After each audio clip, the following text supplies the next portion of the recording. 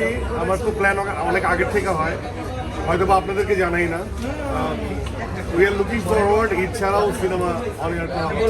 নিশু ভাই আমার একটা প্রশ্ন, সেটা হচ্ছে ঈদের সিনেমাগুলো মুক্তি পেলে সিনেমাগুলো নিয়ে যেমন একটা প্রতিযোগিতা চলে এবং আপনাদের যারা ভক্ত রয়েছেন প্রিয় তারকাদের ভক্তদের মাঝেও একটা মানে উৎসাহ উন্মাদনা চলে এবং তারা তাদের তারকাদের নিয়ে প্রতিযোগিতায় লিপ্ত হয়। এই বিষয়ে ভক্তদের এই ক্রেজি এটা কেমন এনজয় করে? দেখেন, আমি সবসময় আমার ভক্তদেরকে আমি বলি যে কোনো কিছুই বাড়াবাড়ি ভালো না, কম্পিটিশন শুড বি দেয়ার।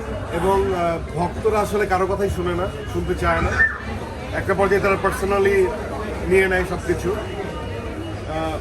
তো আমি আমার দর্শকদের বলতে পারবো যে দেখো, কম্পিটিশন, তোমরা যার ভক্ত তার মান সম্মান রক্ষার্থেও তোমরা যখন কম্পিটিশন নিয়ে কথা বলবা, তোমরা তো শিক্ষিত, তো তোমরা গল্প নিয়ে কথা বলবা, তোমরা গল্পের আন্ডারস্ট্যান্ডিং থেকে কথা বলবা, যে তোমরা যার ভক্ত সে আসলে তার পারপাসটা কী, সে কেন আসছে, এই ইন্ডাস্ট্রিতে কী সার্ভ করতে চায়।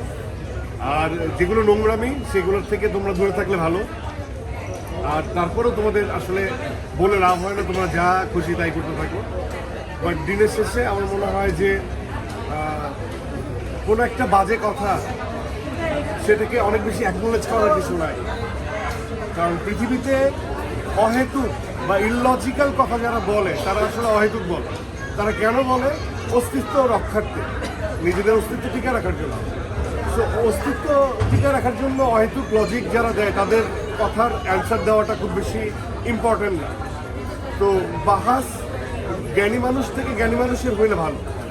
হ্যাঁ, জ্ঞানী আর একটা জ্ঞান আর একটা বেগুন হইলে সমস্যা, তখন তর্ক হয়, যুদ্ধ হয়। তো আমি বলবো যে তোমরা যারা শিক্ষিত তারা ঝগড়া করো না। Thank you.